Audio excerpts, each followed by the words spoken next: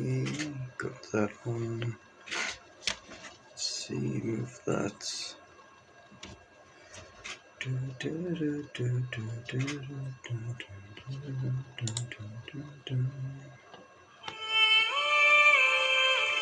Maybe too loud.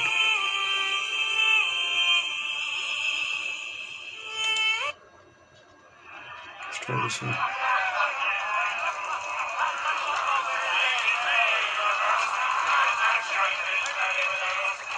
Hello everyone, hello, welcome. Hope you're having a good day.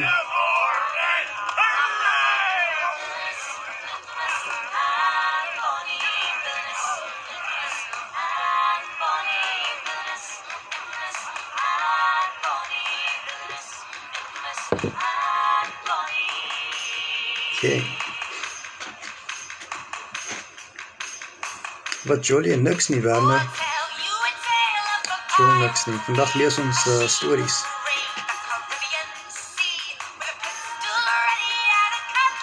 Gaan die creepypasta stories lees. Kijk hoe gaan dit. Maar gaan eers wacht. Kijk of mense gaan join of wat.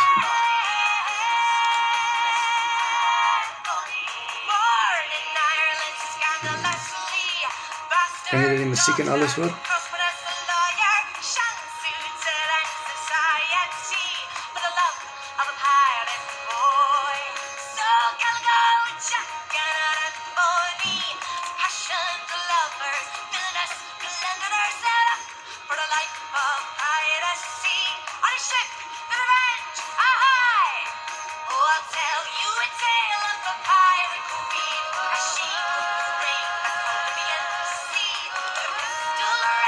Okay.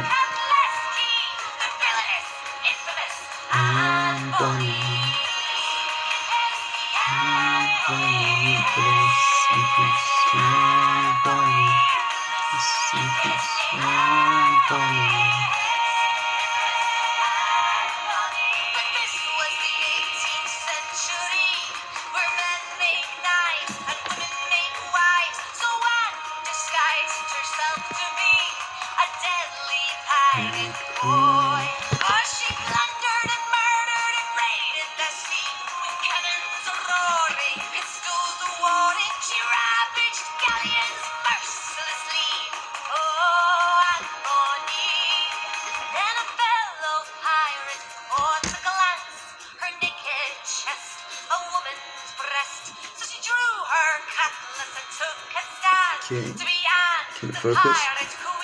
Front. Focus.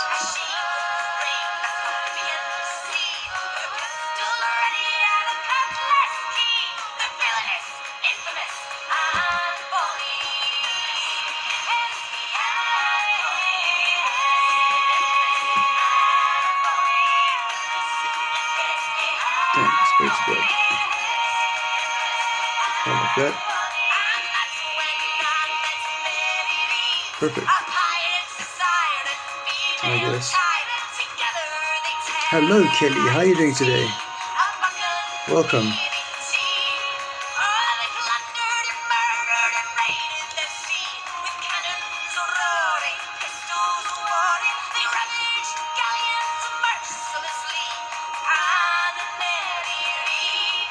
Hope you guys are having a great day today.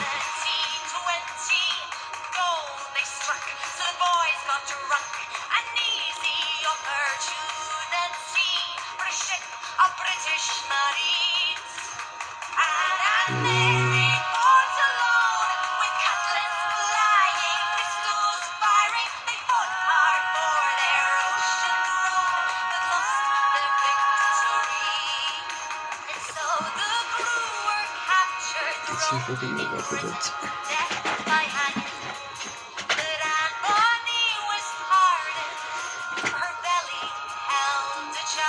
Hey, that's better.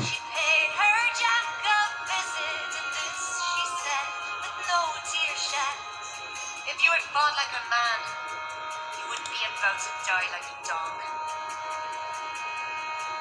She turned on her heel, walked out of the door.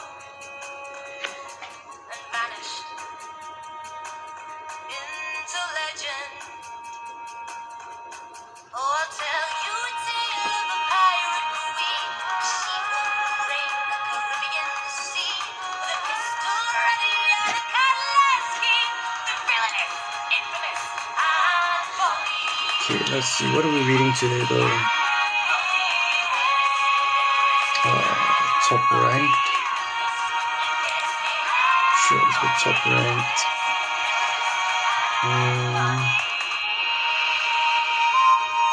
There's a Shattered Life again. We read that one already. My father punished me when I talked to ghosts. That's a weird one. Let's see. Distorted warning signals. He Who Wanders, the Living History Project. I found a letter from a stalker. Don't let them in.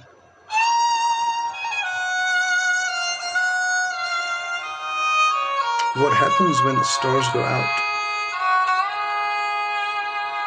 In the sea of possibilities.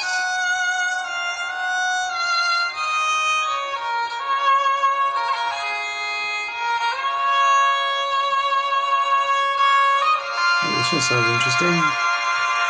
Mommy sleeps in the bathroom. I'll try that one.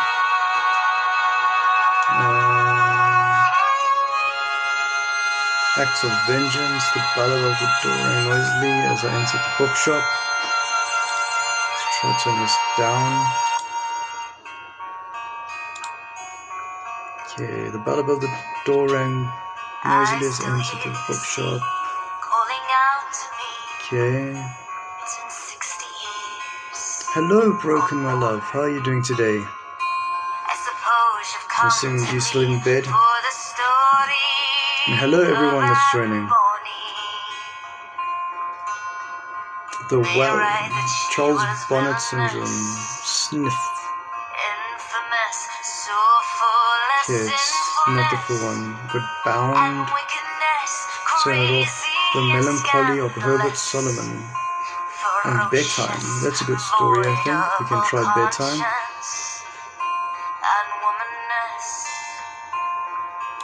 Okay, let's check out page 2. In bed burrito style. That's the best style. Except if you're doing burrito cuddles. Let's see. Sisters. Tiki Toby. I Drive for Cerber. The Quiet Sky. Forget Me, The Fairies.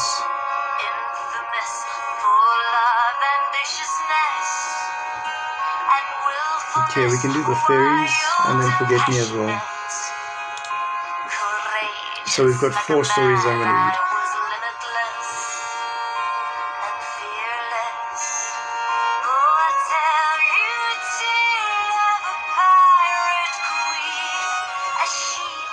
Yo, hello. Hello, Teresa. How are you doing today? Welcome. Today we are going to be reading some creepypastas. So if you enjoy horror stories, then stick around. I don't know what's wrong with my light. It's like going way too bright. There we go.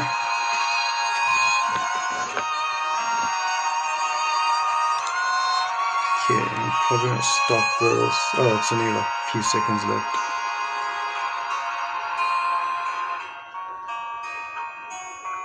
Okay, stop the music. We've got our creepy music on the background over here.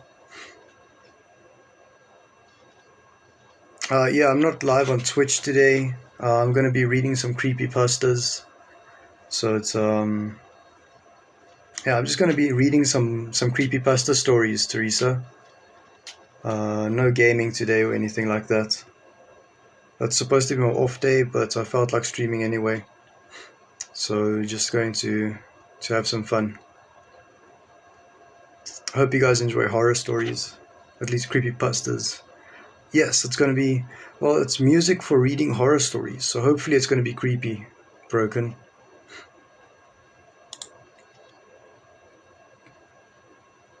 Okay, let's start this.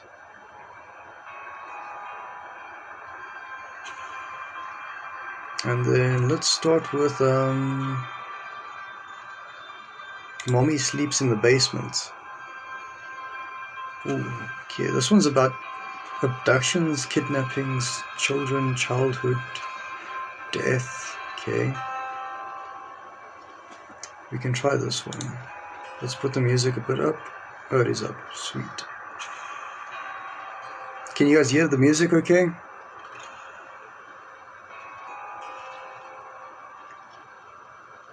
Wanneer kom hallo sê jy is in die Oos-Kaap vakansie. Lekker man. Hoop jy geniet dit. Dankie dat jy deurgekom het. Cool.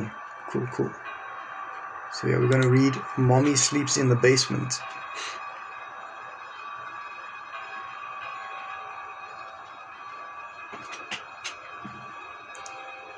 Speak louder, please. I put my hand up next to my ear from the back of the room, signaling that she would need to raise a voice. She took a deep breath. I could see anxiety turning her cheeks beet red as strands of blonde hair began to fall out of the same nappy ponytail she wore every day. There was something about her so familiar, but I just couldn't put my finger on it. With her face glued to the paper, too afraid to make eye contact, she quickly sputtered out. Hi, my name is Paisley Jackson, and this is my poem called My Family. Paisley was a shy little girl.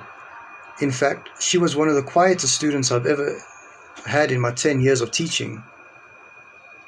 Which, I guess, being the youngest of 11, will do that to anyone. Surprisingly, she was very smart, unlike the rest of her siblings, who were dumber than a box of rocks.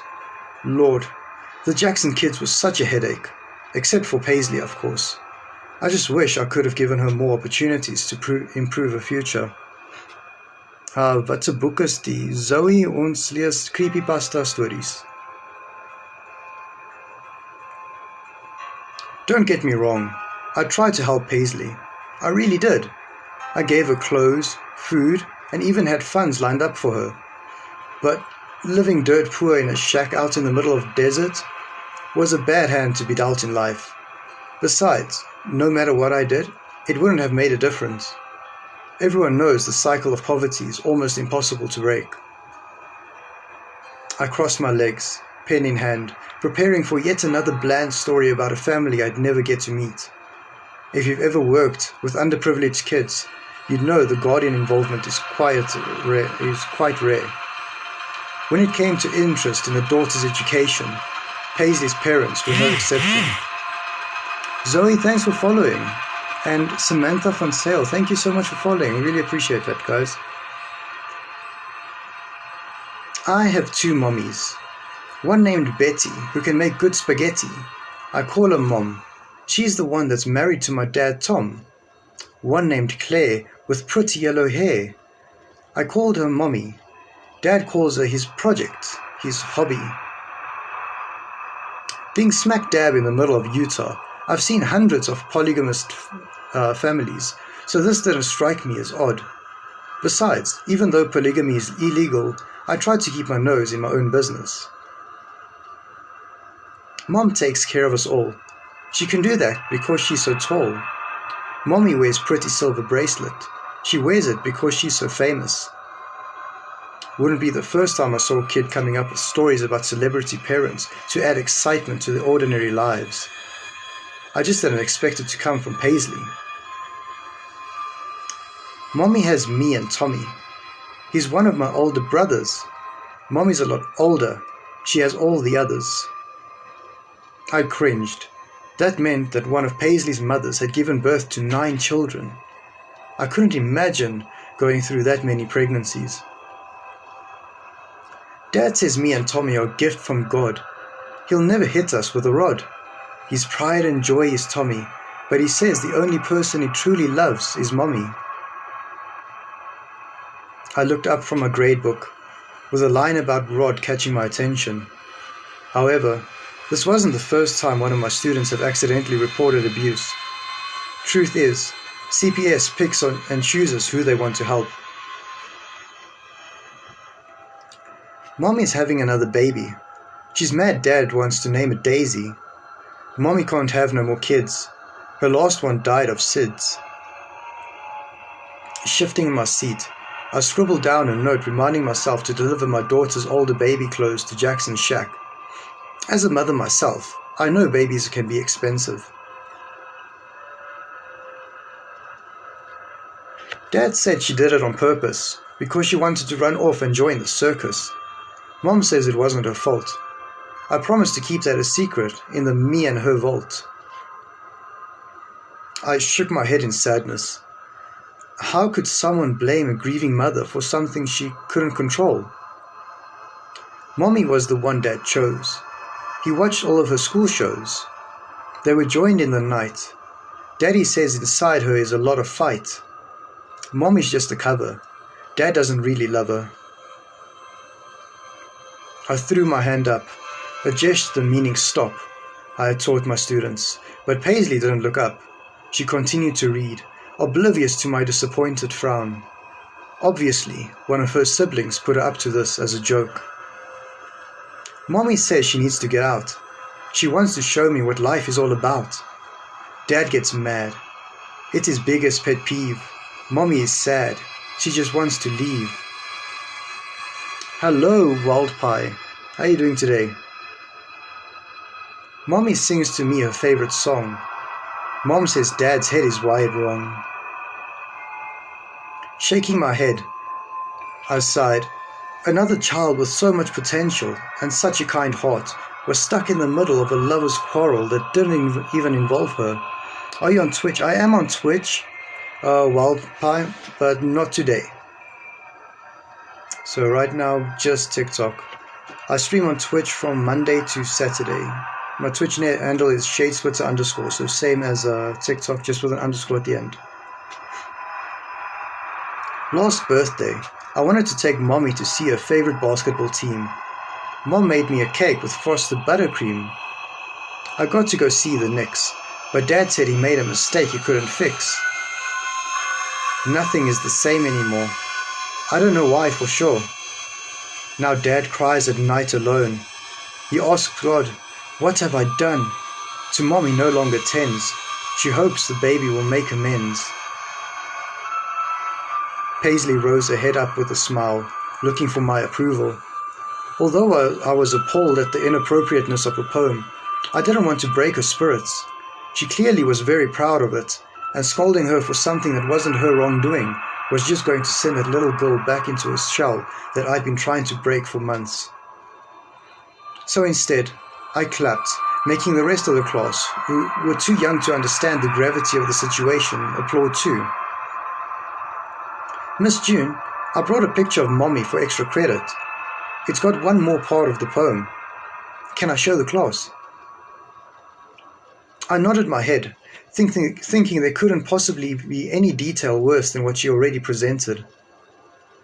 Paisley reached into the front pocket of an old worn-out hand-me-down dress, pulling out an old, aging photo. She flipped the flaking picture around, displaying it as if it were her most prized possession. My blood ran cold. I finally figured out why Paisley looked so familiar to me. In what seemed to be a school photograph, smiling ear to ear exactly like Paisley, was a young woman by the name of Claire Daisy. She was a high school student, popular for her ability to gain the lead in every school play, that went missing without a trace 12 years prior. She was last seen leaving theatre practice late one night, but then she just vanished. No sign of a struggle, no witnesses, no evidence, no body, nothing. Her case was covered on every news station in Utah for a while, because of how peculiar it was, until people lost interest. Paisley happily continued. I was so in shock I couldn't stop her as she read off the back of the picture. There's one thing I don't understand, and maybe you will have the answer at hand. If Dad's love for Mommy will never sway, why did he treat her that way? Mom lays her head on a nice soft bed, but Mommy sleeps in the basement under a big slab of cement.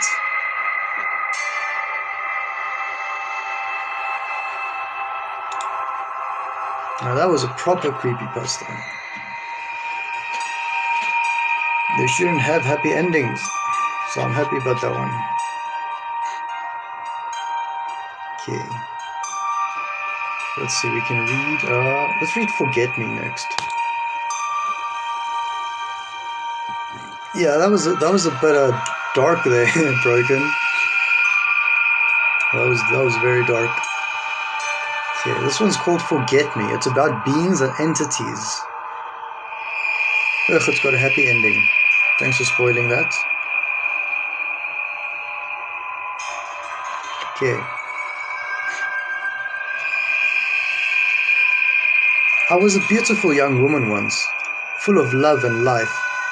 My lily-white skin was soft and warm, my belly swollen with new life, and my hand held by my husband, Edward. Edward was a good man. We married young, in the spring, when the air was heavy with the scent of the blossoming trees and the ground damp with dew. I remember how he smiled when he lifted my veil, as if seeing me for the first time. His eyes were soft and blue, crinkling at the sides as he told me he loved me. Who could have known? This man would become my curse. This kind, gentle man, whose love gave me such life that I might live forever. Till what time am I going to be live? I don't know the time, but I've got 3 more stories that I'm going to read. So I'm just going to read 3 stories. I don't know how long they're going to take, so probably like half an hour, 45 minutes, maybe an hour max. But I can't make any promises. The winter came and my belly bulged with fruit of our love. The chilled winds forced me to keep inside, and the maids tended to my every need. Many days I spent sewing by the fire, softly singing songs without meaning for hours on end. And then, one night, I felt it. Welcome, Sabrina. The pain was immense, as if I was being torn from the inside out. I screamed for my maids, and one cradled my arm and attempted to lead me to my chamber. Another ran for Edward, and he came crashing through the door, his manner wild with fear and excitement. He took my other arm, and I was brought moaning up the stairs, wailing and huffing with exertion. When finally I was safe in my bed, the doctor came. He went about his way and ordered me to push and breathe while Edward held my hand, both of us soaked with sweat. Suddenly, the doctor paused. He spoke quietly to the midwife, and she ushered Edward out to the room. He protested madly, shouting over her shoulder, "I am with you, Johanna." I smiled through the rat tails of my sodden hair and calmed him. "Do not fear for me, Edward. I will be safe here." My voice, though torn with pain, sounded surprisingly calm. He looked back at me desperately, and the door closed in front of him. That was the last time I truly saw Edward. The doctor told me I was bleeding too heavily and he couldn't stop it. I cried, "My baby! Is my baby going to live?" But for all my life, I cannot remember if he answered me. In that instant, the world seemed to go numb.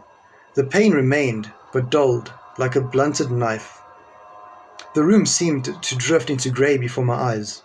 I could see the doctor lifting up my child in a blood-soaked blanket, but all I could hear was the colossal ringing in my ears, and I did not know if the infant cried. The darkness closed in from the corners of my eyes, as if I were falling down an endless hole, and finally enveloped me completely. Yet I did not truly leave. I was new, risen from my body and standing in the corner of my room. For a while I was silent, but for the ringing, although the light had come back to me. I saw the doctor open the door and speak to Edward, and I saw him fall to his knees and scream in pain.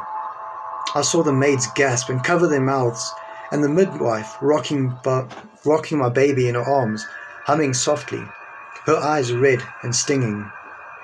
And I saw my body, stretched out on that bloody bed, my eyes still open and looking straight at me. I tried to touch my hand, but my fingers passed straight through. We looked at each other for a while, as if I hoped my body would blink and sit up. Yet I lay there, stoic, stubbornly deceased, and I felt as though I grew thinner. as if I was completely drained of everything. Then, all sound gushed back and awoke me from my stupor. Edward's howling sobs, the weeping of the maids, and the screams of my baby. I went to the midwife, although she did not see me. In her plump arms, he seemed so small. He too was covered in blood, but he was so alive. His cries were the most beautiful thing I had ever heard, and amidst all the loss in my home, new life graced us. For a while, Edward did not look at our child. He allowed the maids to change my bed sheets, then placed me amongst new ones as if I were asleep. He laid beside me and embraced me all night, his tears soaking my cold, dead skin.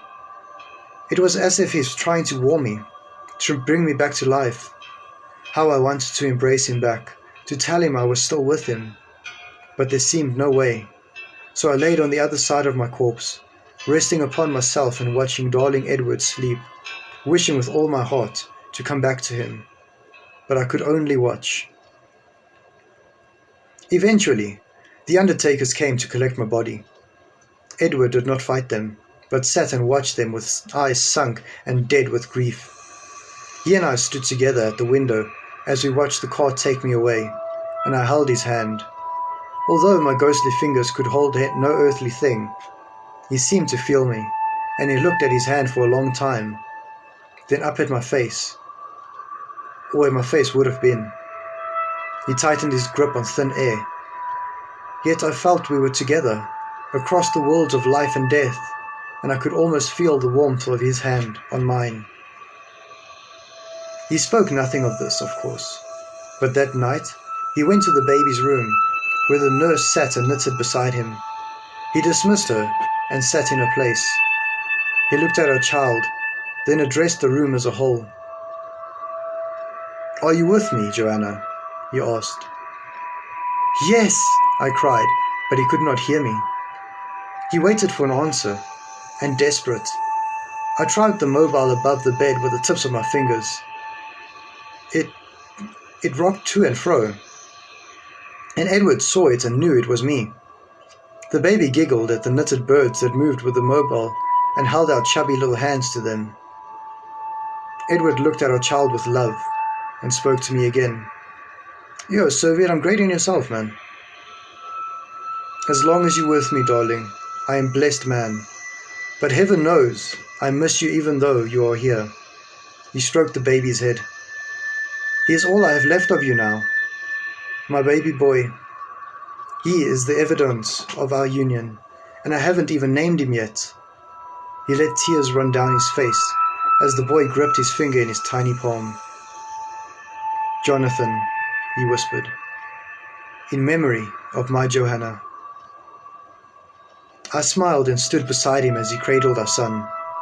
Like some twisted family portrait, I placed my hand on his shoulder and we sang to him together, a folk song my mother had sung to me when I was a child and Edward's mother to him. Damn, I can't sing, so how am I supposed to do this? "Sleep now, my love, for all the night. Slumber soft until the light warms your heart and warms your mind and teaches you wisdom to love and be kind. Sleep now, my love, for all the stars shimmer watching from afar, and angels watch and smile with delight as you sleep all through the night." Edward slept in the chair that night, with Jonathan softly snuffling in his arms. In my new spectral form, I could not sleep, but was content to watch my family and stay with them. 3 years passed, and Jonathan grew into a beautiful young boy, with Edward's bright blue eyes and my soft brown hair. The maids adored him, and Edward doted on him. We would sit together on the floor and play, and Jonathan seemed to feel my presence with him, just as Edward did. Sometimes a maid would happen upon Edward speaking to me and back away to gossip, but they did not bother us. We were the perfect family. That winter, after his 3rd birthday, Jonathan became terribly ill. His fever ran high and beads of sweat ran off his little head, and Edward cried for him. The coughing was the worst part. I could not hold my baby in my arms and tell him it would be all right, but only stand and watch as he coughed up blood and mucus. His plump little body became emaciated and his face swollen with sickness. The doctor told Edward it was too late to save him, and all they could do was make his passing comfortable. He wept all night, holding my sweet baby's hand, and when he cried, he called him Joanna. I wondered if my baby would join me in the next life, and that I might finally be able to touch him. I had seen other spirits in this realm, the ghost of the gardener's boy that was crushed by a falling tree, the spectre of an old man who had lived there before us and passed in his sleep, but not many. I had spoken to them once or twice, but one by one they left me. The old man was first. He moved on not a month after I had come to this world, and the gardener's boy left when his father died, after a terrible force caused his heart to stop. I was alone on this side of reality. I suppose it was selfish to wish this upon Edward, but it was such a lonely existence. I never wished for Jonathan's death, but it came sure enough. He'd been sick for so long. It was almost a relief when he finally passed. I could see it in Edward's eyes, behind the pain of his loss. He held my baby's hand so tight it was almost impossible for the doctor to move him away. Then he locked himself in our chamber, weeping uncontrollably. I wept too. I had lost my only son. Never again will I see him laughing with Edward or squirming in the maid's lap, and still did not come to me in the next life. I waited for days, but he never appeared. I felt the pain of loss in full force. He was truly gone, snatched away from me forever. I screamed and howled, and the sorrow turned to fury, giving me the strength to fling vases from the places, smash mirrors, and throw open doors in my mad search for my son. The maids were driven almost insane with fear and called for the priest to exorcise the house. But Edward would not allow him to take me away. We looked together, I in the spirit world and he in his dreams, and still there was no sign of Jonathan. Edward barely left his room, but sat in the bed and spoke to me.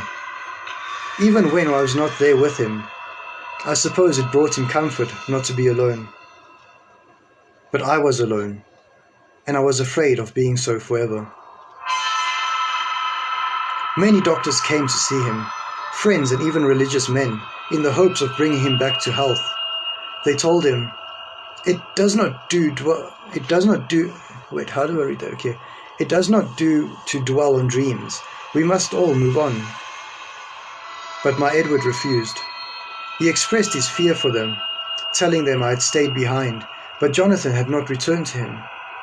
He asked if Jonathan was lost and afraid, or if it was I that was left behind. They only shook their heads at him. Joanna isn't here, they would say as I held his hand. As my misery grew, I grew stronger with it. Rumour quickly spread around the town of hauntings in my home. The servants told their friends of things moving out of place, of doors opening and slamming shut of their own accord, candles blowing out without wind, and my disembodied cries echoing throughout the house. One maid, a simple creature called Marianne, was dusting the mantelpiece one warm June night, and happened to glance into the mirror. Behind her, she saw my ghostly image, darkened with fury and loss. But when she turned, she could not see me. She quit that night. The cook was soon to follow, after I forced all the knives to hurl themselves at the wall near where he stood. I never intended to harm them, only to drive them away, so we could be alone, my husband and I. Those rumors they spread were toxic to him, and I knew that I must protect him. I had no idea that I was sealing my own fate. A whole year passed, and every servant in the area refused to work for Edward in his haunted house. Jonathan still had not come home to me, so Edward and I would sit by the fire and wait, silently. With the meddlesome servants gone, I had no need to act out of fury, only to love my husband. He would read his books, and I would sit in my chair and watch him, peaceful. When we were together, I felt safe once again, but when he slept, I felt fear and loneliness rush back to me like vomit rising in my throat, and once more I would tear the house apart and cry for Jonathan. Edward hanged himself on the 5th anniversary of my death and Jonathan's birth. From the chandelier in the dining room, I wondered if I would truly try to save him. Would I let him die so he would come to me? I can't remember now. It had been so many years. No one had worked for my husband for such a long time that it was days before they found his corpse, rotting from the rafters. Myth carried on our legacy for us. Many families moved in after Edward died, but none lasted very long. All left in a hurry, claiming of terrifying hauntings, of screaming and crying, of dark figures in the shadows. I was trapped in that house, and as my stories lived, so did I. Perhaps Edward and Jonathan were trapped there too. Many families complained of hauntings I'd never performed, of a child laughing, of a man softly singing. Maybe they were with me, but inaccessible. Or maybe the families had exaggerated the stories. But either way, it drove me to anger. I wandered the house for hundreds of years trying to find my family, but I never saw them again. I saw other spirits from time to time, as I had seen them before. I saw a little girl who had been run over by a cart, and a wife who had been beaten by her husband. I saw the grisly burns on the spectre of a baker who had died in a fire, and I heard the crying of babies that were lost before they even learned to talk. Some of them left much faster than others, as people began to forget them. The beaten wife disappeared one day, as a sister passed and her husband took a new wife to torment. The baker passed along with his wife, and the babies vanished when their mother gave birth to new sons and daughters. But people did not forget me. In my haunted house, all alone, my story was passed on from generation to generation, and my house became a cheap tourist attraction. Sometimes teenagers would break in through the servants' quarters and dare each other to spend the night with me, or homeless men would take shelter from the wind and the rain. They trapped me here, these stories. I realized soon I had sealed my fate. In my desperation to find my son and my husband, I had created a legend. People would always remember me. The mother who lost herself and her son, and who drove her husband to death. Other spirits only had to remain here while others grieved for them. But grieving for me ended with Edward. Nobody grieves for me now, but you never forget me. And so we wander the house, together but apart, for perhaps an eternity, looking for each other and for our son. I grow tired of searching in vain, but I cannot cease to exist when others have cursed me to stay. Maybe Jonathan and Edward have moved on now, and it is only I that's stuck in this imitation life. I might never know. All I want is to rest in peace with my family, but you keep me here, like an exhibit in some twisted zoo. And so I cry here, alone, forever, begging you to forget me.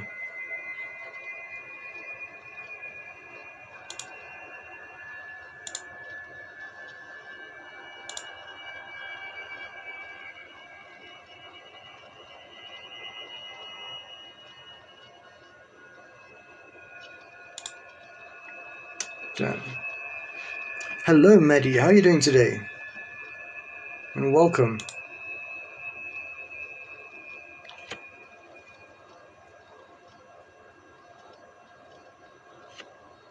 Yeah, that one.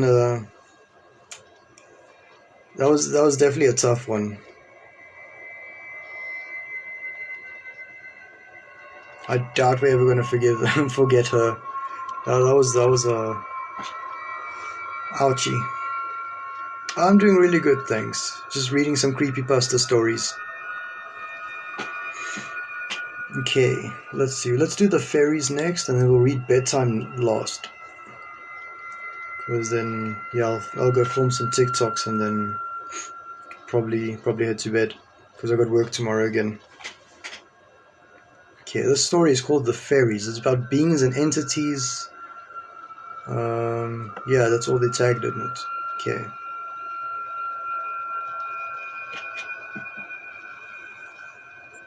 I've always been fascinated with the unknown, particularly creatures of the unknown. I don't know when this obsession of mine started. It probably started when I was a young kid and would watch documentary series on aliens, Bigfoot, Yeti, unknown sea monsters, and the like. My obsession earned me my share of names and bullying in school. Like a good nerd, I pushed up my glasses and shook it off and moved on to college, where I earned a degree in zoology and eventually my master's and PhD. Along the way, I discovered the gym, alcohol, women, contacts, and other things life had to offer. However, my main love was cryptozoology.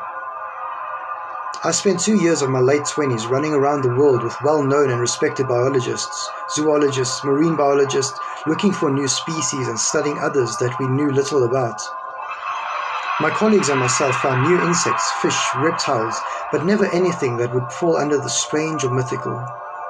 I made a name for myself in the science community. People like to say I could find anything but Bigfoot. I enjoyed my small notoriety. After those exciting 2 years, I decided I wanted to work somewhere more traditional. While creating footprints around the world was fun, I was tired of never being in one place for more than a few weeks at a time. I also wanted to spend more time trying to research and find these storied monsters that work on someone else's expedition. I landed a job at a big state university in Ohio, teaching in the biology department. I also started a cryptozoology club, which attracted a large following of students. With permission from the university, I would take students to so-called haunted places, hotspots for unknown creatures, and the like. We would always come up with some crazy disembodied EVP, blurry video or grainy photo. We never had anything conclusive, but it was fun for the students and myself, and it got them to think outside of the box and question what we really know about our world. The passion for trying to discover the unknown that I saw in the group's members is what kept my interest so strong.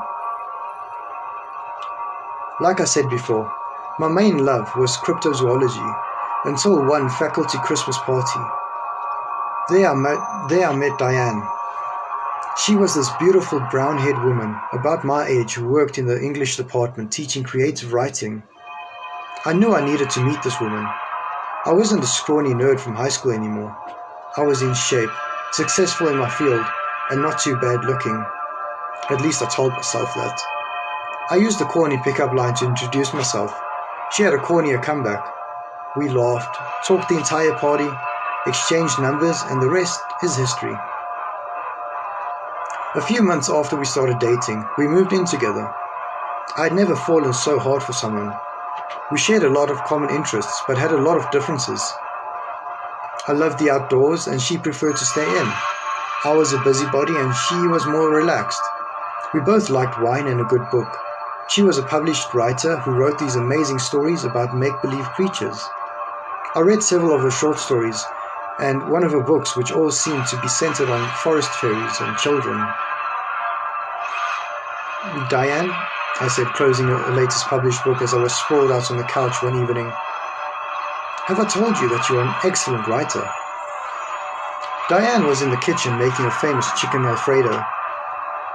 Yes, but you can tell me again if you like, she playfully responded. Can I ask you a question? Where do you get your inspiration for these stories? She walked out of the kitchen, wiping her hands on the dishcloth. I get them from stories my grandmother told me when I visited her in Canada when I was young. I sat up on the couch and she gracefully took a seat next to me. Tell me more, please. I asked inquisitively. When I was young, Diane began, with a look of remembrance on her face. We would visit my grandmother every summer in Alberta. She lived in a town called New Village. There weren't many people there. It was a beautiful town, shadowed by snow-capped peaks. There was a great big pine forest that lay between the town and the closest mountain. It was probably a few hundred acres or so. At the base of the mountain was the crystal clear lake that was full of fish and that emptied into a small river. All the kids in town would play in the forest, lake, and the river, but were strictly forbidden from staying out past sundown. This was enforced harshly by the townspeople, including my grandmother. Diane paused for a moment. Go on, I urged her with a smile. So, my grandmother would tell me about the fairies in the forest and how they liked to play tricks on people. If I disobeyed my elders, they would take me away forever. Those stories always freaked me out. My parents didn't like telling me those stories, but they agreed that I should listen to my grandmother and be inside before dark. The stories didn't bother me too much until one of the young boys I played with each summer went missing in the woods. He ran away one night in the forest after a fight with his father. They never found him, and the townspeople didn't bother looking for him till after sunrise. I just can't believe the people wouldn't go looking for a boy in the forest until it was sunup unless they truly believed in the fairies. The fairies in my books are mischievous, but much nicer than the ones in my grandmother's stories.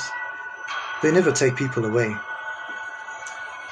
Hello, Spectra is dead. Spectra is dead. We're reading some creepypastas today, dude. Hope you're doing well and welcome to my live. Hope you enjoy the story. Diane's face was now half a smile. Kind of your thing, isn't it? What do you mean? I looked at her slightly confused. You know, imaginary creatures that live in woods. She looked at me with a smart-ass grin. Well, I've heard and read up on fairy folklore, but it's not something that many cryptozoologists spend a vast amount of time on. However, I've never heard of a town afraid of fairies, especially from a first-hand account. It would be interesting to investigate something like that. Spectra is dead. Thank you for the follow. Really appreciate that. Diane smiled a mischievous smile that stretched from ear to ear. Good. My parents want to meet you and I want to meet them. I want you to meet them. My grandmother passed away when I was young and my parents inherited the house. They retired there a few years ago. You can come with me this summer when I visit them and solve the town's fairy problem. By this point she was standing over me, giving me the puppy eyes to agree. Just like that, our summer plans were made, and in early June I found myself on a plane from Ohio to Alberta with Diane and a bag full of some of my recording equipment I took on my excursions with my student group. Once there, we picked up a rental car and drove what felt like hours into the forest-covered mountains. At one point, we left the winding highway to exit onto an even more treacherous two-lane mountain road. 15 minutes from the highway, we arrived at what looked like a ghost town. There were several small shops that were closed and what looked like an unfinished hotel from the 60s. This place has become a ghost town since I was a girl, Diane said as we drove past the abandoned buildings. A few short minutes later, we pulled into parents' driveway. Her parents' house sat on a short dead end of road, a few dozen houses. Behind her house lay the thick pine forest she had mentioned to me. In the distant background loomed a majestic snow-capped mountaintop. Hello, you boy. Welcome, dude. Glad to see you here again. Hope you're doing well. Her parents greeted us with smiles at the door. Diane excitedly hugged her mother and father. I, trying to hide my nerves meeting my girlfriend's parents for the first time, quickly shook their hands and introduced myself as John, the guy that was there to fix the fairy problem. They both smiled and paused before saying through the teeth, The fairy problem is under control. Come in, dinner is about ready. The music is really setting the mood. Oh, that's excellent. That was what I was going for. My nervous attempt to be funny appeared to have become a strikeout. Dinner went well and we talked about our trip and what I did at the university. With our bellies full, Diane's father invited me onto the back porch for a beer. So, you teach cryptozoology at the university? Diane's father asked before taking a big swig of beer from his bottle. No, I teach animal behavior and social interaction. I would like to teach cryptozoology at some point, but I need to have the class curriculum written and approved before I can. I slouched in my porch chair and began to enjoy my beer. I suppose Diane has told you a bunch of crazy stories about the fairies in our woods? I looked at him and gave a small nod as I took another sip from a bottle. They're all true. Sounds stupid crazy, but they're all true. My wife told me these stories too, and I wouldn't have believed them if I hadn't seen some of the crazy stuff or experienced our neighbor's niece disappear one night 2 summers ago in the pine forest. He pointed towards the wood lying just off the backyard while taking another swig from his bottle. We've had a drought these last few years, and the pines are all dried up and getting brown. The forest used to be dark and green.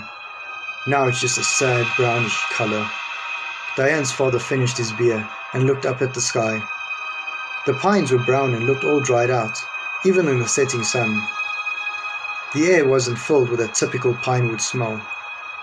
In fact, the air was cool and stale.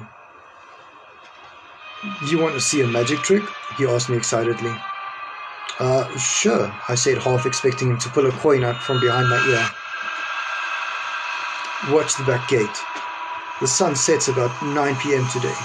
About that time, the latch will pop up and it'll swing open. No hands, he said, waving his hands in the air. Diane's parents' yard was fenced in with a single back gate, which led directly into the forest. Some of the forest pine's branches hung just over the gate. I wasn't quite sure how to take Diane's father's statement, so I waited.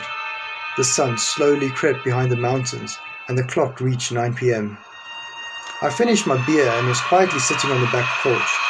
As I was about to get up and tell Diane's father that this was the longest trick I'd ever waited for, the sound of scraping against the opposite side of the fence caught my ear. Sup, Keith? How you doing today, bud? It started at the back corner of the fence. It sounded like a child was dragging a stick across its pickets as they walked by. The sound accelerated towards the gate. I was laser focused on the gate, paying no attention to Diane and her mother who had walked out on the deck with us. Ching!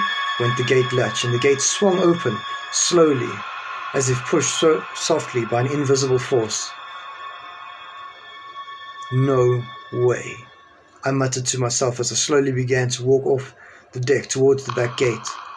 A strong, forceful grip pulled me back towards the deck. My head snapped back to see Diane's father gripping my arm with force. Don't go over there, he said with a stern voice and look. Robert, let him go, Diane's mother chimed in. John, stay here. Do not go anywhere near the woods or the wood line after the sun has set. Mom, Dad, stop. Diane strongly pulled me away from her parents.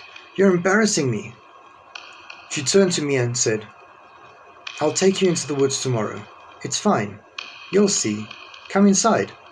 She turned and graciously stormed back into the house. Feeling awkward, I pretended to take one last drink of my beer and began to follow Diane. You can go into the woods all you want during the day, but as soon as the sun sets, you must be out, Robert said, cutting me off before I could walk inside. I stopped and looked at him. His face showed genuine concern. I glanced back at Diane's mother. Her face had the same expression. Diane really likes you, John, her mother started. We would prefer if you left her We would prefer if you left with her when your visit is done. Explore all you want, please. Listen, damn it, these grammar errors. Explore all you want, but please listen to us about the woods. Yes, please listen to Mary and me, Robert said, almost pleading. I looked down. I understand. I'll make sure to heed your warning. I brought some research equipment with me. Is it okay if I place the camera on the fence to capture us tomorrow? That'd be fine, Robert said. Just do it early when it's still light. I agreed, and with that I went inside, feeling a bit confused at Diane's parents' insistence on staying away from the woods after dark. Diane and I got ready for bed that night, and as I laid in bed with her head on my chest, I tried to piece together if a family really believed in fairies and if the facial concern earlier was genuine. Your family really believes in fairies, don't they?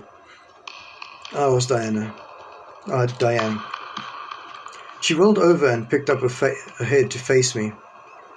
It's embarrassing. Not the fact that they believe in the stuff, but that they are so adamant that the woods are a bad place. If I had been rebellious as a kid, I would have run off into the woods many times. They are beginning to act like grandmothers when I was a child. I don't know how my dad does the gate trick, but it's getting old. He pulled it on me 2 years ago, and he insists it's not him. Diane was getting more annoyed the more she talked. I'll take you into the woods tomorrow. You'll see. I used to play there as a child. There's nothing wrong with it. I pulled her in tight to my body and kissed her goodnight softly. Okay, we'll go on an adventure tomorrow, I said before dozing off. The next morning Diane took me into the pine forest after breakfast. She showed me all the things she could remember from her childhood. She showed me her favorite trails, which had become slightly overgrown. She showed me her favorite spot on the river in her favorite shore of the lake. The lakeshore was littered with dead fish here and there, but strangely, no rotting fish smell. It's a shame they died. I remember the lake being healthy when I was young. We used to fish here as kids, she explained to me as we navigated the shores. On the lakeshore was an old foundation to a building that never started. Diane said that it was supposed to be a lodge for visitors to the lake in the 60s, but was never finished. The crumbling foundation was covered in moss and looked more like a pathetic version of Stonehenge more than anything else. It was about noon when we agreed to head back through the woods to get some lunch at her parents' house. As we walked hand in hand through the woods, or trails that I was surprised she could still navigate from her childhood memories, I noticed that almost all the pines were brown or brownish green. Their trunks were rather large, swollen even, as if stuffed with something, and most of the underbrush was dead or looked like it was dying.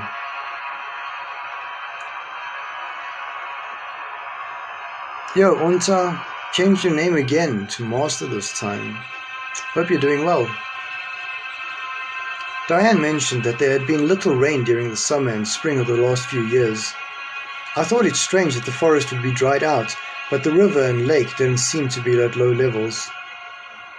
At lunch, Robert brought the topic of cryptozoology and my interest in what they felt were fairies in the forest.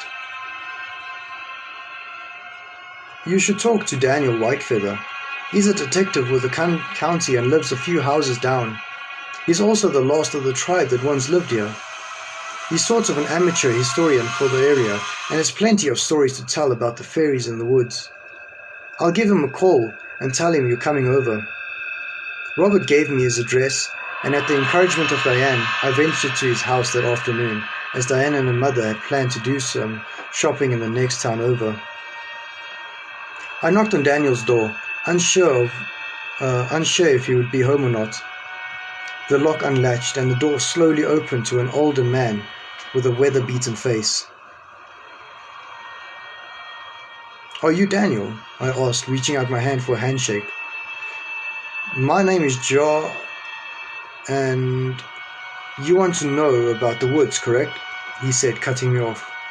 Robert called and told me about you. Come in, please. I've got a few hours before I need to head to work to cover a night shift.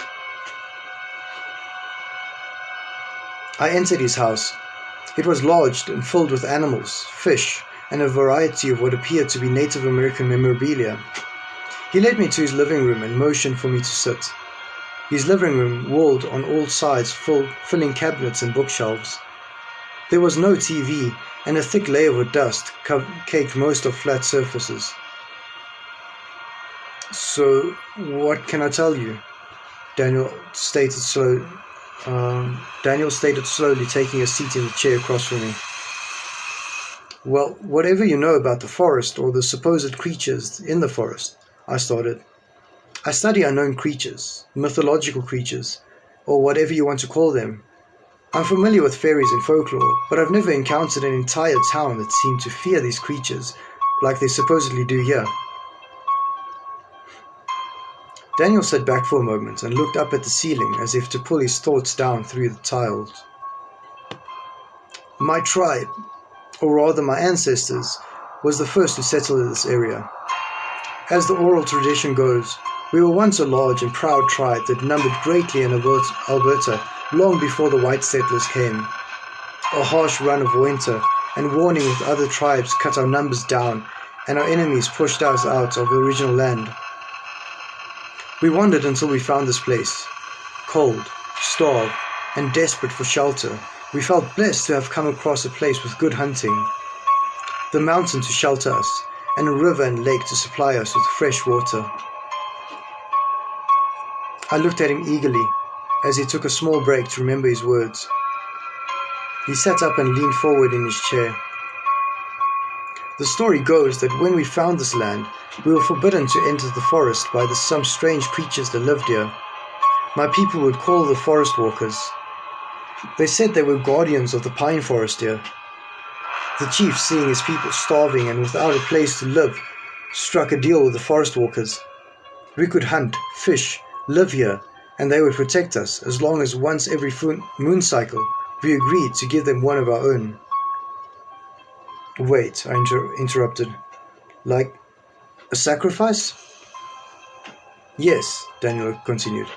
Each full moon, we would choose one person by lot into forest, and we would send one chosen person by lot into the forest.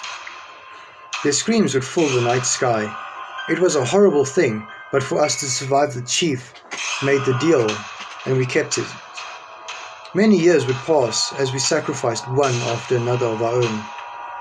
Our numbers would slowly decrease over time, but those who remained were always safe, had food to hunt, and fresh water to drink. Daniel got up from his seat and walked over to his bookshelf and pulled out a leather-bound book whose page edges were yellowed from age. He plopped the book down in front of me on the coffee table between us. The book landed with a thud, and dust cloud filled the air. Sorry, I've been busy and haven't had much time to clean, Daniel stated, fighting back a cough and swatting the air to clear it. Hello, Katie dear. How are you doing today? Welcome. We were just reading some creepypasta stories. Hope you don't mind the horror settings.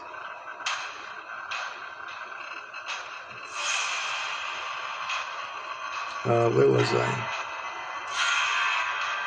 Oh, there. It's no problem, I calmly replied, as I sat back trying to avoid the allergen-heavy mushroom cloud. But how does what appears to be an Indian legend turn into a town of people fearing the woods?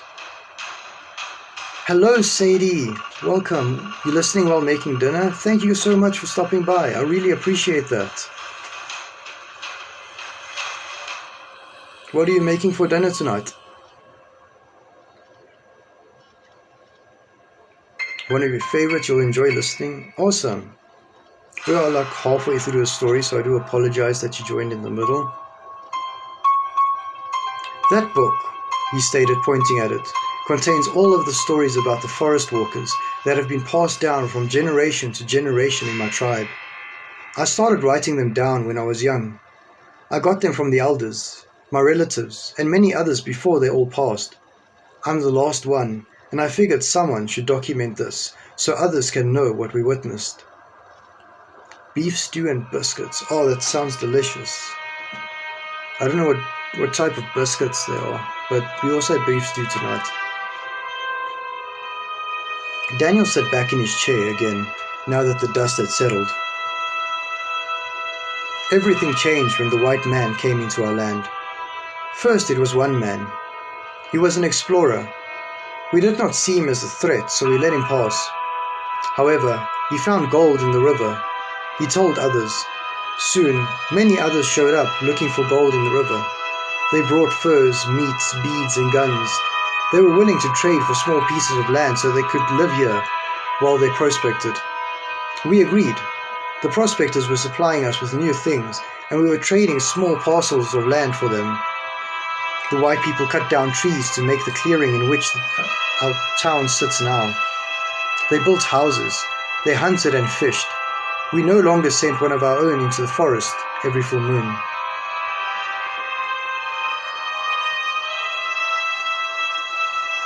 It's your grandmother's recipe. I guess they are more like dumplings. Oh, okay. That sounds delicious. I love dumplings. So the sacrifices stopped because you were getting what you needed from the settlers? I questioned. What about your deal with the preachers? We lived peacefully alongside the white man, Daniel started again. The forest walkers were angry that we had broken our deal. They would watch us from the tree line in the shadows. The anger could be felt. One night, several prospectors who were fishing the lake came home through the forest lake. The walkers took one of them violently in front of the others. Their screams filled the night air. The survivors fled and never returned. They left their belongings and even their gold because they were so scared. Soon, people who were in the woods past dark began to disappear. No trace could be found. Sup, Jay? How you doing, man? Welcome. Daniel sat back up and took a breath. When people started to avoid the woods after dark, they started to trick people into coming into the woods. They would mimic the cries of children or loved ones during the night. Anyone who ran into the woods to save them would be taken. They took 3 mothers of our tribe once because the walkers cried like babies in the forest line. The women ran to save their babies, only to be taken away. They only took one person at a time, but they started taking them more often as revenge. So they can mimic sounds or voices? I questioned, a bit confused. Yes, he began, while rubbing the side of his head. They can take anyone's voice or sound like anything that would entice you to enter the woods. The greed of gold was greater than the danger of being taken, and more white people showed up until so many had disappeared that the word had gotten out that the land was cursed. Many people left, but those who were widows with small children stayed. Everyone who lived here now is a relative of someone taken. My tribe helped them and welcomed them to stay here. It became forbidden to enter the forest at night.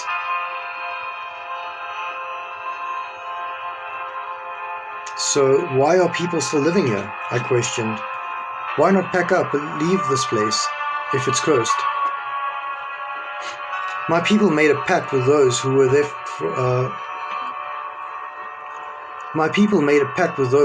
from the prospecting rush. We agreed to guard this place and keep people from the evil here. We would tell no one about this place. We had made a deal and broken it. We had put others in danger. However, no matter what we did or said, the word always made it out about the fishing or hunting or the gold in the river. People would come and disappear. Together we would warn them, but they would disappear in the woods after dark. Once in the 60s, a group found out about the fishing and tried to build a lodge on the lakeshore. They're all gone. We tried to warn them, but they called us insane. It was only recently that this town and forest have gone unnoticed by the outside. There have only been a few disappearances in the last 10 years. Hello Jenny, welcome! And Pranav, hello everyone. Hope you guys are doing well. We're just reading some creepypasta stories. Hope you guys don't mind horror settings. I've seen the foundation. I sat up in the chair as I was drawn into his stories more and more. Hello Maggie. I think I said that right. Yes, Maggie. Hope you're having a fantastic evening. Daniel got up and walked over to one of his filing cabinets. He pulled open the top drawer, creating another small dust cloud. He reached inside and pulled out a black binder that was stuffed full of paperwork. Here, he said, motioning for me to take the binder. What's this? I questioned, taking the heavy binder from him. Hello Tristan, how's it going, dude? Welcome. It's all the open missing persons cases that I'm in charge of. They're all from here. Hello Mikhail, how you doing? Welcome, welcome. I'm doing fantastic, thank you. Just reading up some creepypasta stories. That's crazy, I said as I opened the binder. There must be hundreds of cases here. Some people say I'm a shit detective. I know what happened to those people, but it's not something you can put in an official report and still keep your job. If you look at the reports, they all have the same pattern. These people were last seen before dark in the forest. I ended my conversation with Daniel as he was about to get ready for work. He was working a missing person case from 2 towns over. He let me borrow the case binder and the book with his tribe stories. That evening I set up a small camera and microphone on the opposite side of the fence in Diane's parents' backyard. If I could get something on tape, I might understand better what I was dealing with. I paired it with my laptop, set it to record, and left the laptop in the bedroom while I got ready for dinner. Yo, Knight, I'm not on Twitch tonight, no. We are just reading some stories. While sitting on the back deck after dinner, I eagerly read through the stories of his ancestors. The only interruption was the sound of a stick being dragged across the fence and the pop of the fence latch, coupled with the Robert's voice repeating, "Right on time," as the sun set behind the mountain. I had forgotten about my camera at this point. I don't know if you remember me, but you took a break from TikTok. He was on your lives before. I recognize your name, Mikhail. And all good, Knight. I appreciate it, dude. And happy birthday, or belated birthday. Hope you had a good day. That night, I exited... Sorry, my lip hurts because I bit it earlier. That night, I excitedly discussed with Diane what I had discovered during the afternoon. You should interview the neighbors. Most of them are older and are retired, so they'll be home. I think I'll do that tomorrow, I said excitedly. The idea of having discovered a legitimate cryptozoology found that I could present to the community raced through my mind like a blazing wildfire. Only if you take me to a fancy breakfast in the morning, Diane said with a devilish smile. Mother and I are going to pick blueberries tomorrow evening to make pie. It's a specialty, and I think you'll like it. Oh wait, thanks man. Deal. I went to shut off the lights and realized my camera was still recording through my laptop. Diane, let's see if my camera caught what popped open the back gate. Diane slid across the bed as I swapped my fingers across the trackpad to remove the screensaver. The camera screen popped up, and the camera looked like it was facing up at a window on a house, rather than down the fence row. That's our bedroom window, Diane said quietly. I stood up and walked over to the window. I could see the power light on my camera looking back at me. Something had moved it. No one had touched it since I set it up that I could recall. I hopped back onto my laptop and rewound the captured footage. At 8:57 p.m., the camera started to wiggle, and then violently dropped at an awkward angle to the ground, just as the fence was starting to be scraped. We watched and listened as the gate latched unlocked and the gate swung open. Whatever did it was just off camera. "Did you hear that?" I asked intensely. "What?" Diane replied. I bumped the audio level up and skipped back on the video. In a hissing tone, the words, "No, see, yet," sounded. It was quiet, but clear. Just decided to drop by and say hi and distract you. Yo, DV, welcome, dude. Thank you so much for dropping by and distracting me. I appreciate the distractions. Hope you're doing well, bud. "What was that?" Diane asked with a quiet, shocked tone. I fast-forwarded through the footage until I saw the camera start to move. From there, an unseen figure picked up the camera and put it on the post where it was now facing our bedroom window. Our bedroom light came on, and in the background of the footage you could hear a faint giggle, like a small child would make. "John, that's creeping me out." Diane reached across my lap and shut my laptop. "Turn out the light. We're going to bed." She rolled over in bed and pulled the covers over her body. I shut the light off and followed. "You're doing good, fighting TikTok like usual and dropping first shit. Hell yeah, keep it up, man. Gotta fight the system. Fuck TikTok. And their stupid rules." The next day, after taking Diane to breakfast in the next town over, I went door to door asking people what they knew about the forest. Many were hesitant to talk to me until I explained who I was, what I believed, and what I intended to study what was going on. Once that was out of the way, I was warmly welcomed into many of their homes. The townspeople had a wide array of stories. I wrote down as much as I could in a notebook. Their stories ranged from relatives disappearing to hearing strange voices at night, seeing groups of travelers go missing in one night without a trace. Many were older stories of loved ones who wandered into the forest late or failed to make it out before sundown. Everyone seemed to believe in the creatures that populated the pine forest, but no one had ever seen one. One older gentleman mentioned his sister had gone into the forest on an afternoon stroll and never returned. For months afterward, he swears he could hear her voice calling every evening to him in the woods and he dared not enter. Eventually, the voice stopped. "Stay awesome." Dude, you are always awesome. I don't even need to tell you to stay awesome. Yeah. But keep well, man. Thank you so much for dropping by, though. I appreciate it. The rest of the afternoon I dedicated to taking notes on all the missing person cases. I only stopped to kiss Diane goodbye as she and her mother left to go get blueberries from the forest. She had promised to be home in an hour or two. I was fine with her going, since it would be several hours before the sun went down. "Oh, wait, Hathi, how's it going, dude? And welcome. Do you feel okay going into the woods after the video feed from last night?" I questioned.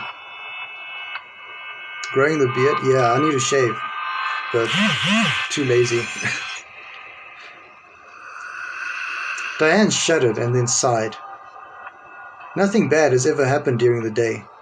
My mother will be with me. I'm sure it was probably my dad playing a trick on us." Turn the audio down a little bit, sure.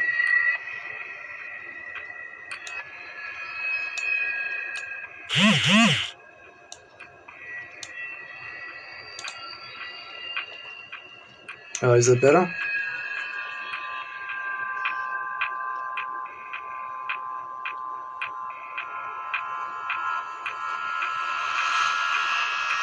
Let me try to turn it down over here as well.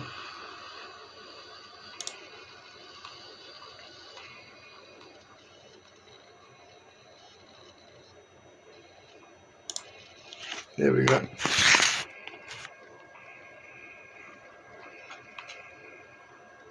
Diane shuddered and sighed. "Nothing bad has ever happened during the day. My mother will be with me. I'm sure it was probably my dad playing a trick on us. Just come home, safe to me." She smiled and closed the door. I returned to my reading. Each case had the same set of circumstances. The person was last seen going into the woods before dark or just after dark and not returning once the sun had set. Several of the cases mentioned witnesses hearing strange sounds from the woods. One case in particular mentioned that a county police search group went into the woods after dark. None returned. There was no good explanation of why the people went missing. News clippings placed the blame on people getting lost in the Canadian outback or the possibility of the people running into bears or wolves. Exhausted after all my note-taking, I closed the binder full of cases and sat back in my seat in the living room. I breathed deeply and stood up collecting the binder and book that Daniel had let me borrow. The front door swung open slowly. I looked up, hoping to see Diane and her mother, but to my surprise, Robert walked in. "Hey, I didn't even know you were gone," I said in a tired tone. "Yeah," Robert started as he took off his shoes at the door. "You were buried so deep in your reading that you didn't notice I left for town. Just went to get some gas for the mower. Yard is getting kind of long and needs to be trimmed. Keep an eye out for Diane and Mary. They went to pick blueberries in the woods and haven't returned yet." "Okay, the girls still have time. Sun won't set for another 3 to 3.5 hours. I could hear a slight worry in his voice. I finished gathering my things and walked to Daniel's house to return his items. When I arrived, he was sitting on his porch, still in his police uniform with the beer. "John," he said with a smile, holding the beer up in salutation. "I see you've come to return my binder and book. Did you find what you needed?" I handed him the book and binder and just took a seat beside him. "I found a lot of interesting stuff. I interviewed many of the neighbors, and I believe everyone feels like there is something in the woods. All the missing cases are similar. All the Indian stories are intriguing, but tell me something. Why are there people still living here? I understand your ancestors made a pact, but why not just up and leave?" Daniel put his beer down on the porch and sighed deeply. He reached his hands up and placed them behind his head before sinking back into his chair. "This will sound stupid, but it has been an oral tradition and agreement of all those raised here that we would stay and make sure nothing would be built on this land beyond what has already existed. We didn't want other folks to suffer what our ancestors have gone through. Everyone here is a relative of a prospector or settler that came here many years ago. Everyone has lost someone to those woods. All those boarded buildings in town belong to someone here. They've just agreed to never sell them and let them fall into dust. Most people couldn't afford to move away anyway. Some of the houses up the street are the same way. Why give something to someone in the horrid place? We grew up here. We know what it's like to hear the noises in the night and fear for visiting relatives. If the townspeople all die off and this place falls off the map, it would be best for everyone." He took another deep breath. "We are the last of the people who live here. Diane's parents were raised here. She wasn't. When they are gone, the house will sit abandoned, just like the rest." I sat in silence, trying to wrap my head around what Daniel was telling me. Sure, none of the houses in the town were extravagant, and no particular person seemed to be wealthy. But how could they live in a place they all seemed to fear? What do they look like?" I asked. "Who?" Daniel replied, sitting up a little straighter, as if surprised by my question. "The forest walkers, or the fairies, or whatever you want to call them. What do they look like?" "I have no descriptions in any of the text you gave me. The only indication of someone talking to them was your ancestors." I sat up and looked at Daniel with a stern look. "Tonight is a full moon. Only a few people have been lost in the woods during the dark in the last 10 years. They are angry. They can feel it in the air. I'm going to retire in 2 years. I spent my life trying to find those missing people. I've been in the woods during the day. They are hard to see. They are tall and very skinny. If you look hard, you can see their outline among the trees. It's very hard to make out there are hundreds of them. They are in the woods now. They won't move until dark, but even now you can look among the tree line and see them standing still. Daniel pointed towards the woods that were across the road from his house. I looked hard, but could see nothing but pines in the fading light. I thanked him for his time and resources and made my way back to Diane's parents' house in the waning light. The sun had set and a cool breeze blew over the road and into the woods as if the forest itself was inhaling. I walked along the broken sidewalk, looking into the dark pines to see if I could catch a glimpse of what Daniel was talking about. The moon felt extra bright. It almost looked like the day without a slightly bluish tint. There was no noise, no bugs, no birds. Only the breeze and my footsteps filled the night air. I would be home in just another 100 yards or so. "John!" A blood-curdling cry sounded from just inside the forest line. That voice. I knew that voice. It was Diane. The hair on my neck stood straight up. My heart began to pound with a violent fervor. Diane hadn't come back with her mother when I left. What if she hadn't made it out of the woods? What if she was hurt? What if she was being taken? "John!" The scream sounded again. This time it sounded like she was in agonizing pain. I was in the woods 20 yards deep before I realized what I was doing.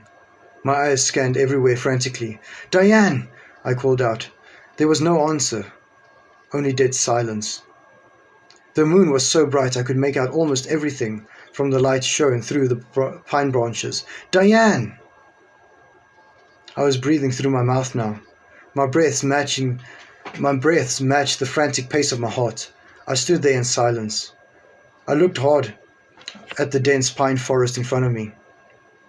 Movement caught my eye. I wasn't alone. There was movement everywhere, but I couldn't see exactly what it was. Whatever it was made no noise, and it appeared opaque, almost invisible, as if of nowhere the opaque shapes melded into reality. Yo, what's up, Ghost Hunter? Shadow, yes, I do believe in God. Hello everyone, hope you guys are doing well. They were human height. Their skin was white. They had thin legs, arms, and body structure. Their skin looked dry, but rigid like worms. Their head was large, white sideways cones shaped with no features, only small black holes in the front.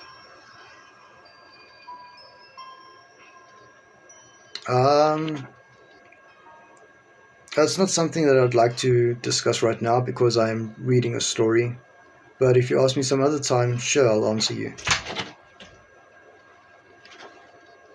You know? What's your cutting? Okay, cool.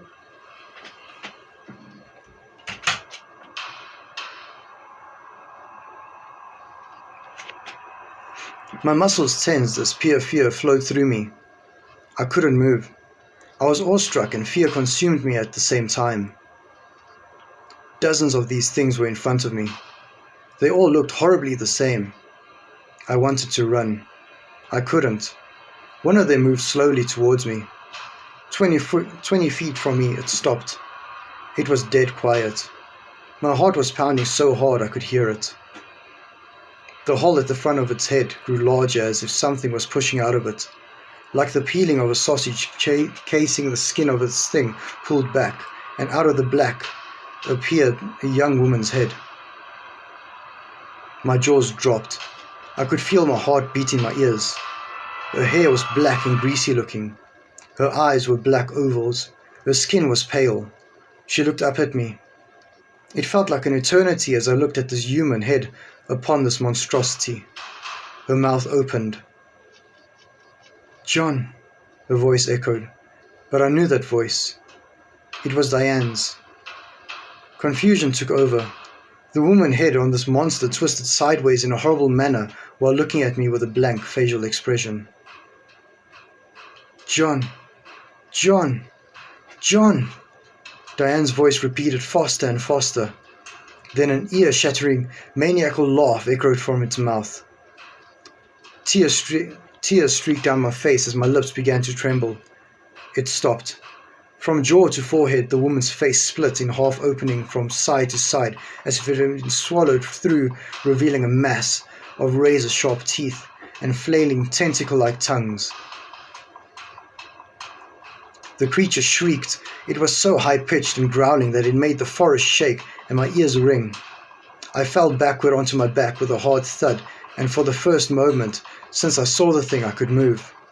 I began to shuffle frantically backwards, kicking my legs to propel me away from this monstrosity.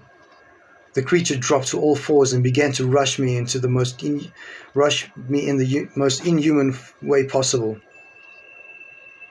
I knew there was no way to get up and outrun it in time. It was about to be upon me. I raised my arm to cover my face. "No!" I shouted as I looked away. Nothing. I felt no pain. No creature landed on me. "John! Mom! Dad! No!" A cry rang out in Diane's voice, but only this time it sounded as if it came from the direction of her home. I immediately stood up, trying to comprehend what was happening. The creatures were gone, but something in the underbrush moved violently away from me, tearing up the ground and shaking branches as it went. "Mary! No!" Another voice rang out. It was Robert's. I was still confused and scared, but I wasn't going to stay in those woods any longer. I ran as fast as my legs could carry me to Diane's parents' house. Robert was in the backyard, restraining Mary, who was sobbing. "Let me go! Let me go!" "She's gone. They might take you too," Robert replied, hugging his wife with all his force. "What happened?" I demanded. "Oh my God! John!" Robert said as he turned to me in shock. "Diane swore she heard you screaming in the woods and ran after you. We tried to stop her." A scream of pain from Diane rang across in the distance. My fear and adrenaline rush turned to anger. They took the woman I loved. These hideous things took Diane. Without thinking, I ran to the garage and scooped up the gas can Robert had filled earlier today. I scanned the garage frantically and found a propane torch on the shelf. I quickly made my way to the tree line in the backyard. "Robert, hold this," I commanded as I shoved the propane lighter into his arms.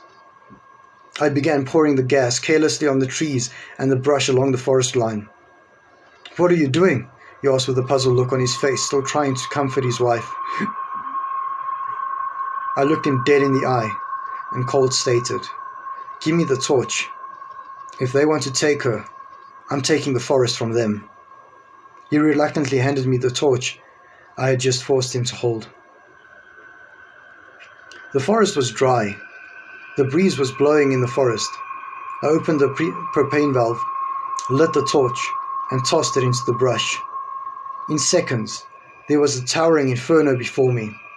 I grabbed Robert and Mary, who were in shock at what I had just done, and dragged them to the front yard. The fire raged quickly and moved faster than anything I've ever seen before. Soon the entire town was standing on the road, watching the blaze consume the pine forest they had always known. I stood silent among them with rage in my eyes. Suddenly, inhuman screams of horror and pain filled the air. They were piercing like a knife, causing many people to hold their ears. The townsfolk held their ears tight to block out the sound. Many ran back to their homes in fear or gripped each other for comfort. The screams roared deafeningly on, and as the fire raged until suddenly, as quickly as it started, the screams went silent, and only the blaze could be heard. Someone called the fire department, which alerted the forest rangers. There was nothing they could do.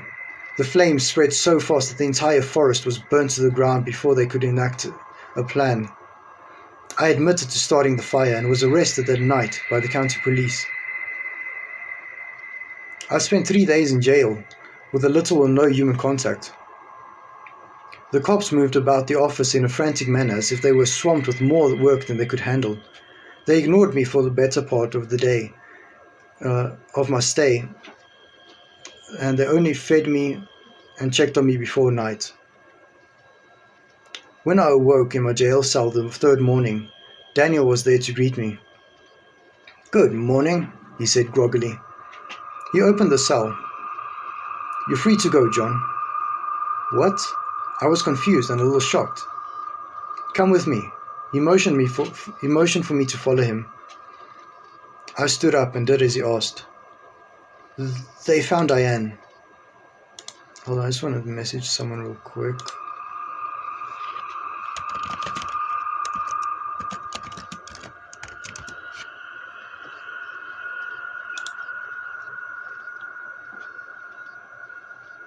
Is she okay? Is she hurt? How? Amelia, thank you for following. Much appreciated and welcome. My heart was overjoyed in my confused state. She had some burns, cuts, bruises, suffered from some smoke inhalation, and seems to be in shock, but she's alive. Get in the car and I'll take you to the hospital. I would have told you sooner, but I've been busy with everything that has been going on. Thank God, I shouted. But wait, I'm confused. Why am I going free? Get in the car. I'll tell you about it on the ride over. The car ride to the hospital was about an hour. On our way over, Daniel explained that I was the least of the problems the county had to deal with now. None of the houses in the town were damaged. The wind blew the fire in the opposite direction. Search and rescue teams were combing the forest at night and early morning found Diane on the lakeshore. She was nude and in shock, but alive.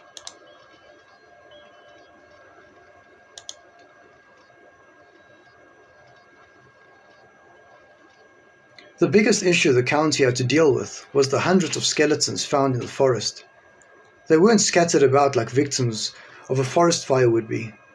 The burnt-out pine tree trunks contained dozens of skeletons as if they had been stuffed into the trees. Daniel showed me a picture of his phone that he had taken at one of the scenes.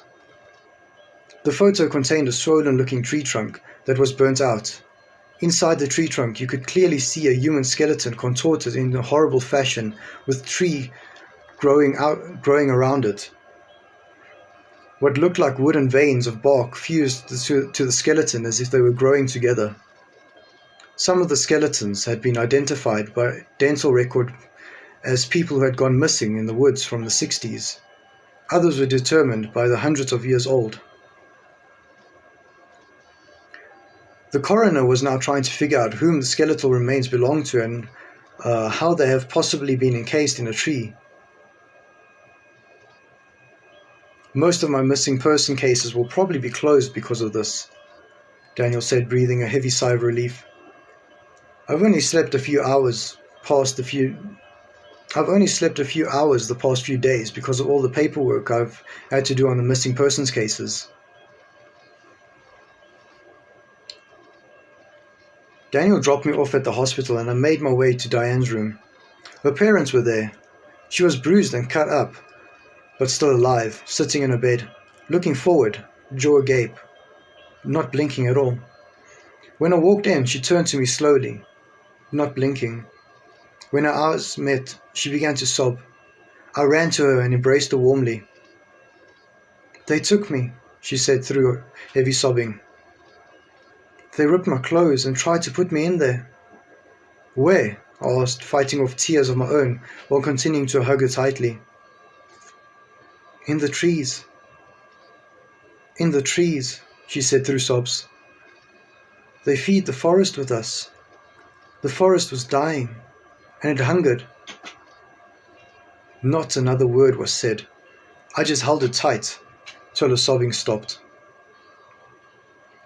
When Diane was released from the hospital, we left for home. Her parents boarded up the house and bought a condo close to where we work. It's been years since this happened. We don't talk about it. Her parents don't talk about it. Yet I'm still obsessed with whatever these things were. Hello, Carrie. Welcome. Hope you're doing well. With the forest gone, a development company bought all the land that the town sat on cheap and turned into a housing development. No one has since disappeared to my knowledge in that area. There are some reports that the place is haunted and that at night you can still hear strange voices and screams. My camera had been recording the night of the fire. I watched the video once before I deleted it. Right before Diane was taken, the latch on the gate was popped by something opaque that my camera couldn't make out. The camera is then suddenly turned to the forest. My voice. My voice can be heard calling Diane's name in a scared tone. Diane can be seen running into the forest calling for me. As she disappears, beyond what the camera can see, there is a voice that giggles like a small child and that states, "We take," in a raspy high voice. The brush all around moves violently towards where Diane was last seen before you can hear screams. Doing better today? Hey, that is amazing news. And thank you for sharing. I really appreciate that. I still run my cryptozoology group at the university and have never come across another story of such creatures. As obsessed as I am at trying to figure out what they were, if I ever came across another place that talked about fairies in the woods whom take people, I would probably pass on investigating those stories. Another happy ending one, damn it.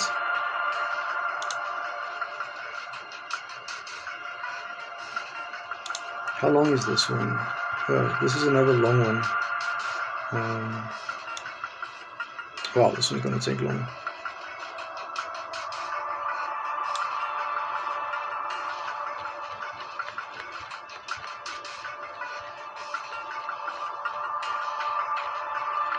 No, it's creepypastas. They mustn't have creepypastas mustn't have happy endings. Goes against what creepypastas are for. That sucks. But yeah, I can't read this next story. It's way too long. I need to get to bed because I've got work tomorrow again. And I wanted to do some filming. Short one. Okay, let's see if I can find a short one. I'll have to remember this one for next time. It's called Bedtime. It's really long and it looks good.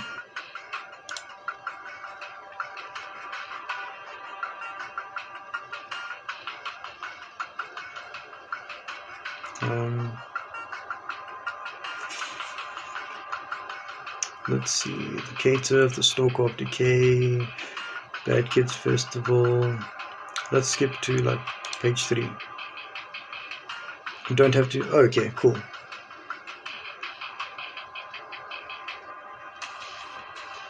Yeah, I'm sorry, Carrie. It's just it's almost 1 a.m. I still want to film some duets on my other account.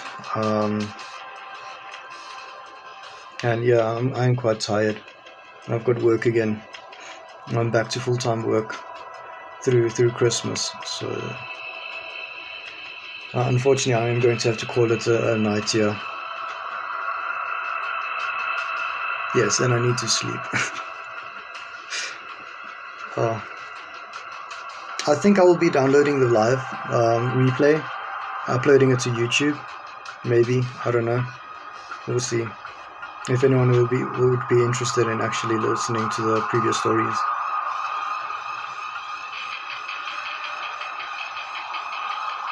But yeah, good night everyone. I will see you in Discord. And I love your faces.